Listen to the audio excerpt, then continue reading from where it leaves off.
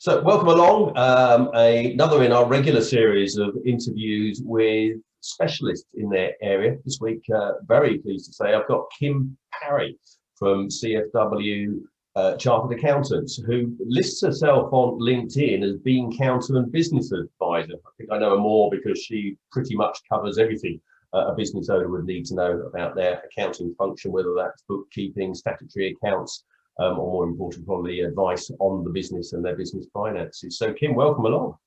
Hello, Rupert. Thank you for having me. No, you're welcome. So I suppose for my background, I always see accountants as helping me to run the business. So I suppose most importantly, keeping me legal and keeping me out of prison, which is very important to me.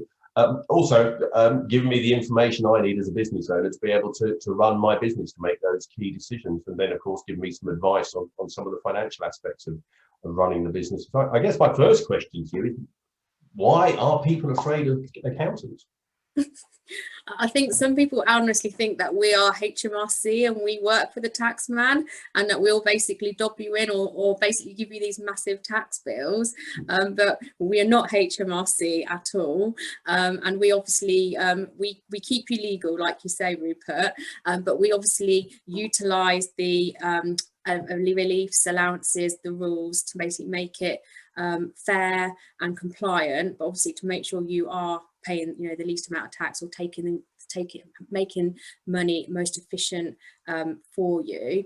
And so yes, I think a lot of people do worry about that, and also the fact that maybe they think that we're really expensive, and they daren't even ask about asking an accountant to help them and try and do it themselves, because this perception is that would be really too expensive, they wouldn't be able to afford us. I think they're the big stumbling blocks why people try and do their own accounts. It's an interesting point as well, actually, because I've always taken the view with accountants that an accountant will cover their own costs in what they will save me in tax payments and things like that in the first couple of years. So it's very contradictory to my understanding of accountants, I suppose. Yeah, no, exactly. I think it's a very big misconception. And also, it's not just the cost, it's not just the saving of the tax side of things, it's the saving of, we're not going to get you in a tax inquiry, hopefully, because we've done everything correctly, and obviously your returns will say that it's been done by ourselves and we're a registered agent for you. Whereas if you're going to do it yourself and have a whim at things, you could be doing things wrong because you don't have all the years experience. And it's not just the experience, it's how tax changes so rapidly, and the rules change, that if you honestly might think you're doing it right, but the rules have changed, and then you get an inquiry, and that's going to cost you so much money to have to deal with that with HMRC and unravel it, and all the penalties and interest that comes with it, and it's just, that will cause sleepless nights basically. So yeah, it's worth it just to sleep peacefully. Yeah, because I keep hearing that accountants are going to become redundant as business owners can increasingly do their own accounts. So what do you say to that? I think that's really interesting, and I think if you look at the adverts, you would really believe that, because the adverts make QuickBooks look like you press a button and all your figures, wonderful figures, go into a tax return, and you don't need an accountant or anyone to help you do that. But you're horribly wrong if you honestly think that the software is going to do that.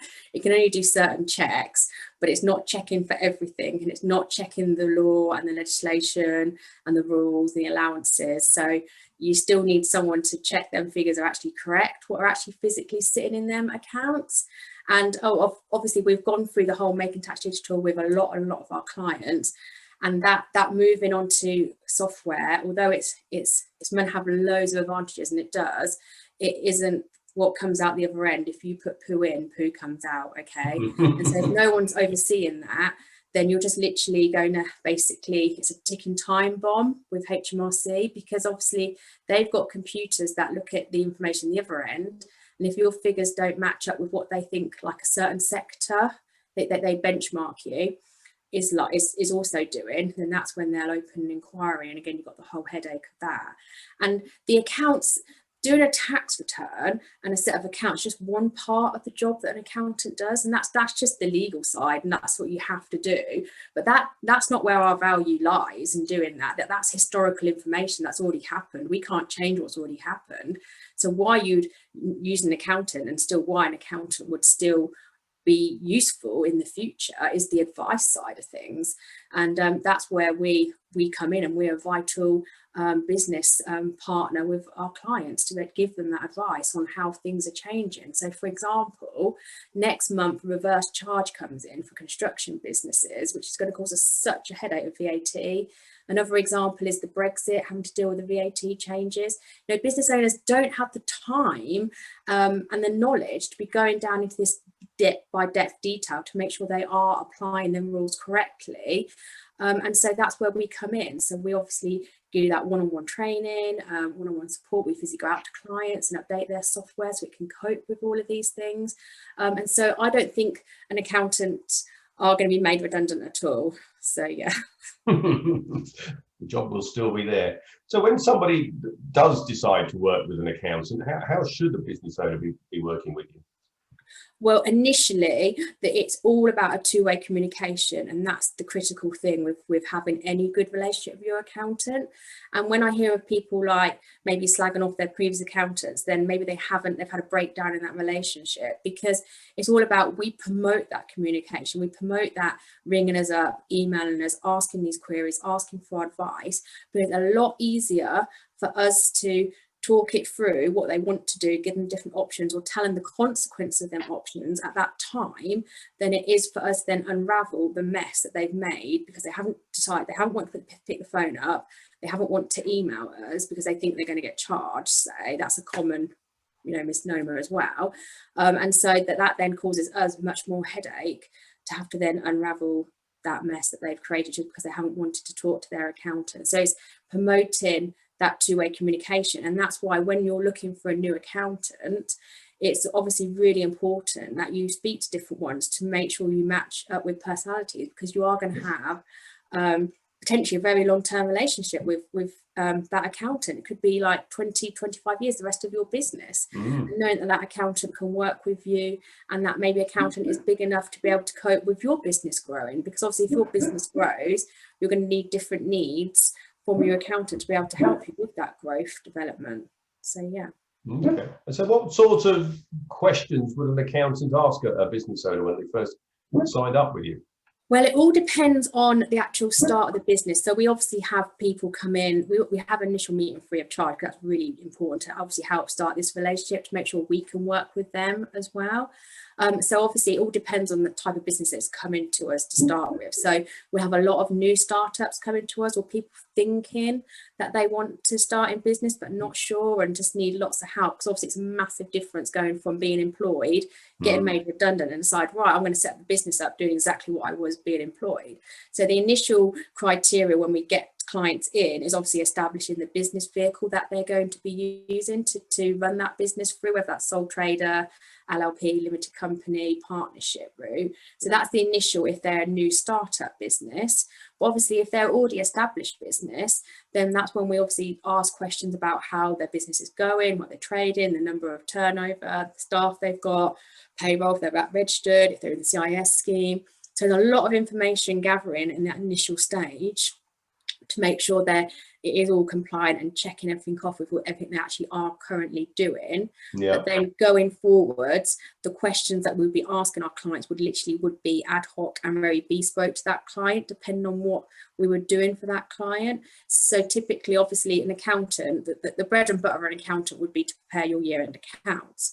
So part of preparing your year-end accounts is, even if we took your lovely, amazing software that's supposed to have done everything for you, we will still have lots of questions off the back of that software and make lots of different journal adjustments within that software to correct errors that have been made and things that have been posted in the wrong place. And so a lot of our questions are based around that, and information, getting more information so we can complete your accounts. And then other times is when we obviously have a meeting. We obviously have it's really important having a meeting once a year, because your business changes, and just to go through what your things are doing. And so at that point, and that's when we'll be asking questions about how the business is actually running, and certain aspects that all depend on that business. So it's very, very bespoke. There's no set questions your accountant will ask you, because obviously every question could then lead on to another question depending on what the answer to that other question is. So yeah. It's very interesting as well, because one of the things we always work with new clients from a coaching perspective is actually what do they want their business to become. So what's the end goal for their business? Where do they expect it being in 5 or 10 years time? And also, of course, each year up to that point, because that then gives us something to work with in terms of how they want the business to develop. I totally agree. I totally agree, Rupert. And I think you need to have that mindset and have someone there like yourselves working you along that way and having your accountant on board. It's no point telling your accountant or your coach, oh, I'm gonna retire next year, because that is just, you might not have things in place. You might not have the business at that position to make it the most sellable and having systems in place. So you have to have that someone knowing what your strategic goals are to help work along, to make sure that you're ticking all them boxes, to make sure that it's going to A, work for you, and B, give you that retirement that you need at the end if you're not going to have that business anymore going forward. So yeah, definitely it's very important. Yeah, the key point, isn't it? Wherever you are in your business, whether you're just starting out or whether you've got an established business, knowing where your business is going and being able to give that direction to the people that you're employing to support you in terms of you, obviously the accountant in this case, is really important to actually get the best results you can when you're working with it. Yeah, and I think, Rupert, where people are like sole traders, or if they're the sole director, like owner manager businesses, they don't have that sounding board. They don't maybe have a coach, they don't have a spouse or a partner or anyone that's got that business acumen to be able to discuss in these ideas with. So that's really why obviously it's really important that you obviously have like a coach working along the way, but obviously an accountant there at the end of the phone to ask these questions too, really. Yeah, absolutely. I suppose it's I think there's a thing in the UK that business owners don't want to admit they don't know what they're doing. So it does take a certain level of confidence in yourself to actually go out and ask somebody else to give you that advice. But of course, if you're paying for an accountant, why wouldn't you listen to what they're telling you? It's probably going to save you thousands of pounds a year. So pay attention to what's going on. It's in your own best interest. Yeah, I think where the opposite side to that, what I've seen is where people bury their heads in the sand when their business is going down the drain, and they delusion themselves that it's not happening because they don't want to talk to someone, because that makes it real that it is actually happening. Yeah, and I think that's the key of getting that help, snip it in the butt, because there's lots of recoveries that you can do, so your business does not have to go into that insolvency route. So yeah. Oh yeah. I mean, and actually simply understanding what your finances are doing and taking steps to recover it early on. Yeah, as you say, we always say that if you're in denial about a problem in your business, that's actually the worst place to be, because you don't even admit. I'd almost prefer somebody to be blaming somebody else and making excuses why their business is failing, because at least they recognize there's something wrong. But if you're in denial, you're never going to get to the point that you're taking responsibility to actually resolve that problem, are you? No, you're not helping anybody, and definitely not helping yourself if that's the case. So yeah.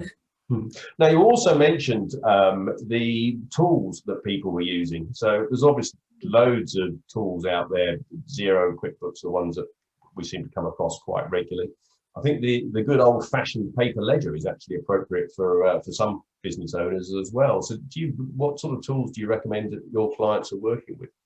Yeah, there's nothing wrong with pen and paper or an Excel spreadsheet. Okay, I'll tell you that now. It adds up, and if you know what you're doing, it's all about you being able to use it. If you're flogged this software and you can't use it, it's not going to help you. It's not going to help anybody, because, like I say, it's poo in, poo out. So I think their pen and paper, there's nothing wrong with that.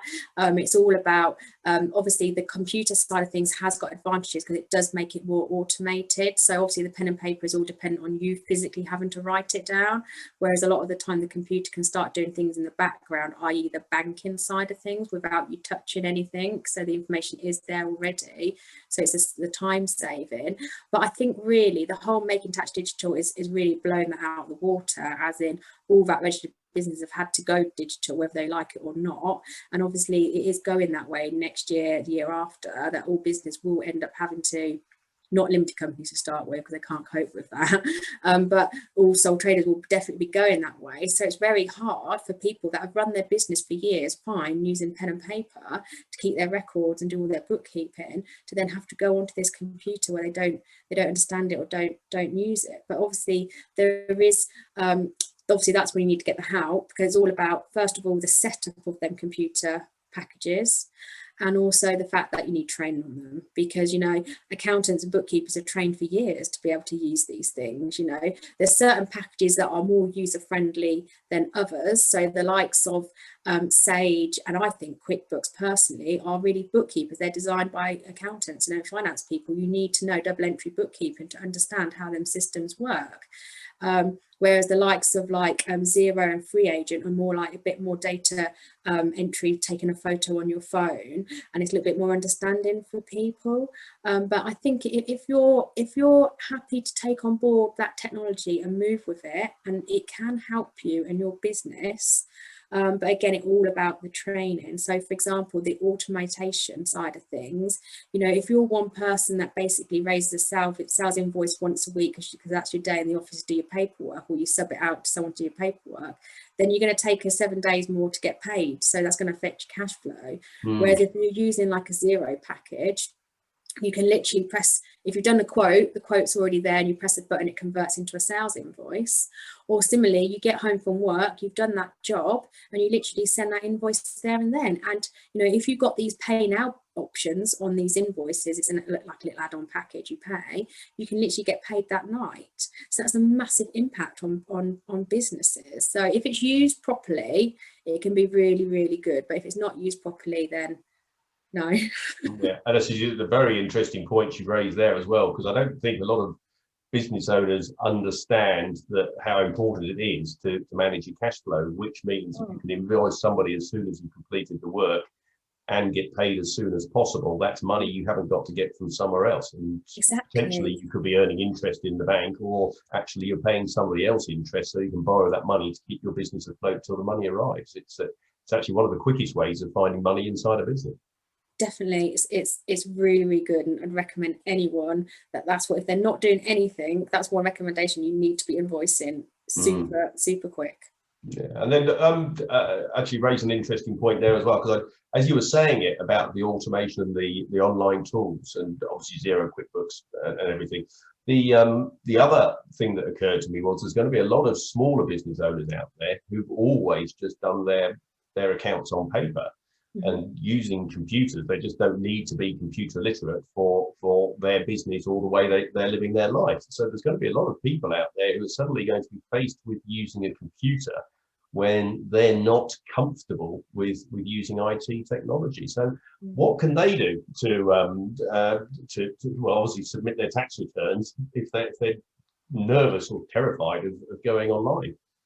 Well, I think HMRC have got exemptions to some of the Making Tax Digital that is coming in on an age basis. So I don't want to sound age discrimination, but obviously if that is the case, and that is agreed on a one-on-one basis, you would have to apply for that and prove that, you know, the reasoning behind that. But I think if that is the real stumbling block to you, then I think you just outsource that section of your business to someone else to do, whether that's within a member of staff of your business, or whether you outsource that to a bookkeeper or an accountant. I think I wouldn't literally make that be the be all and end all of your business surviving. That's just one way of actually controlling your business. So yeah, it is hard though, because if you're being forced to do that, it's very, very tough, because again, you've done something for 20 years and it's worked, then having to go onto computer where it doesn't necessarily work, and if you don't understand it.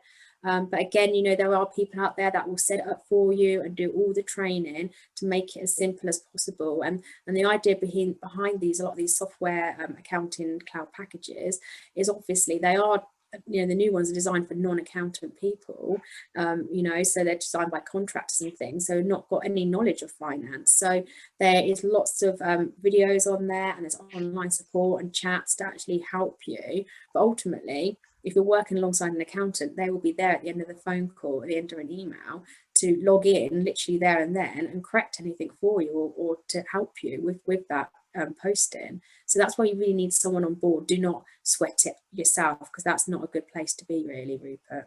Okay, no, yeah, good advice, good advice. Now, as we're recording this, we are in the third wave of the COVID-19 lockdown.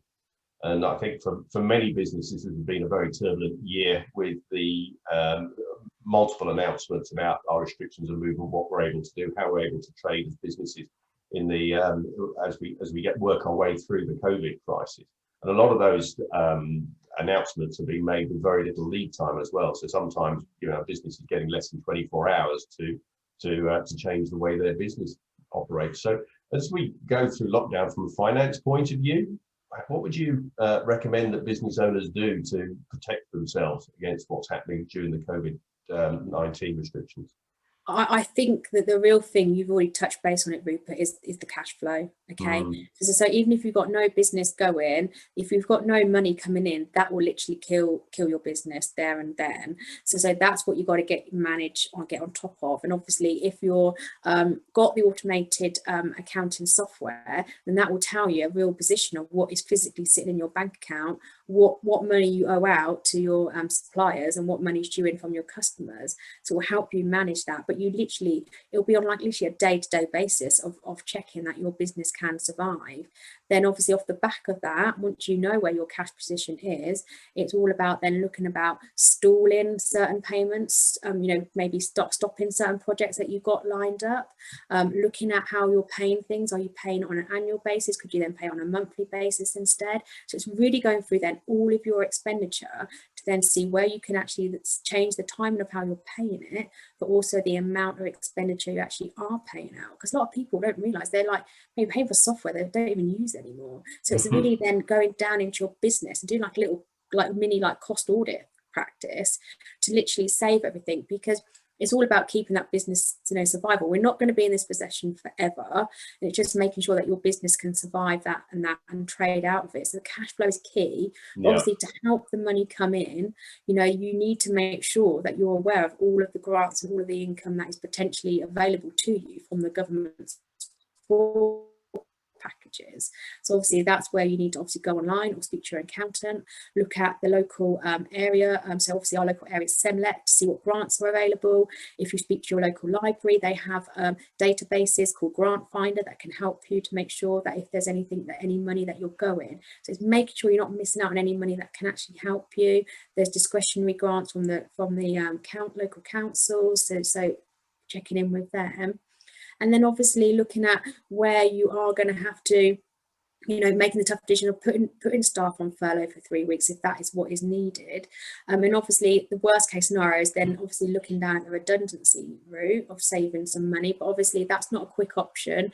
And that is, you have to go through the whole consultation period and obviously get some real HR advice. Don't just make anyone just redundant just like that. You can't do that. And I think that's a ticking time bomb waiting to happen after this next lockdown, of people being made redundant and obviously unfairly, and the procedures have not been taken place because people don't have any HR support or any HR department. It's a small business. So I think it's really making sure you're getting all the help available to you, and don't be scared to ask for help. So ask your suppliers for extra time to pay. Ring HMRC, get a time to pay arrangement on your self-assessment, because that can be delayed. And obviously there's the if you haven't got one already, there's the bounce back loans and CBIL loans that can help you.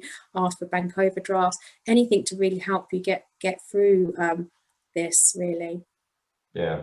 So I think the important things I've taken from that, first of all, to understand your financial position at all times and be up to date. Secondly, is to have a forecast and a budget of what you expect your income and expenditure to be over the coming period, whether that's a year, 2 years, whatever it needs to be, and then take action as soon as you see there's a potential problem and make sure that you fix your cash flow position. Definitely. I couldn't agree more, Rupert. You've summed it up lovely. That's what I do for a living. So Kim, it's been lovely talking to you today. Obviously some great advice in there as well. Is there anything you'd like to say in summing up before we just close off? I think my big sum up is I'm trying to teach the world about the term accountancy and accountants. We're not protected, so anyone can call themselves an accountant, anyone can call themselves a bookkeeper. And obviously if you and that's, you might think that's fine, but it is not fine, because if anyone calls themselves an accountant, they can do whatever they want and prepare your accounts and pay your tax return, your you haven't had any training or anything. And the thing is that we are protected. So this is why we are chartered accountants, and make sure that your accountant that you are using is chartered accountant or charter certified and have got the logos and things, because the whole point of that is that all of them staff and all of their members and partners have to do training 40 hours a year, because things change so much. Like every year we've got the budget, we've got a new finance act every year. You know, I've already talked about the Brexit changes, and so if you're not up to date with them changes, because you don't have to be because you're not regulated, then you're potentially giving out wrong advice and doing the tax returns and VAT returns and everything wrong. So I think that's my only thing. I'm trying to save the world of accountancy by letting people know that anyone can call themselves an accountant. And I think it's really important to know that and know the difference, basically. Okay, that's great. So if anyone does want to talk to you, Kim, how do they get in touch? Yes, so I'm on LinkedIn, and so you can find me on there, or we have a CFW LinkedIn page and a CFW Facebook page, and obviously we have a website, and we're still doing any initial meetings on Zoom or on telephone to speak to people about how we can potentially help them. Excellent. So Kim Parry, CFW Chartered Accountant, thanks for your time today. Lovely talking to you, and some great advice there. Thank you. Thank you.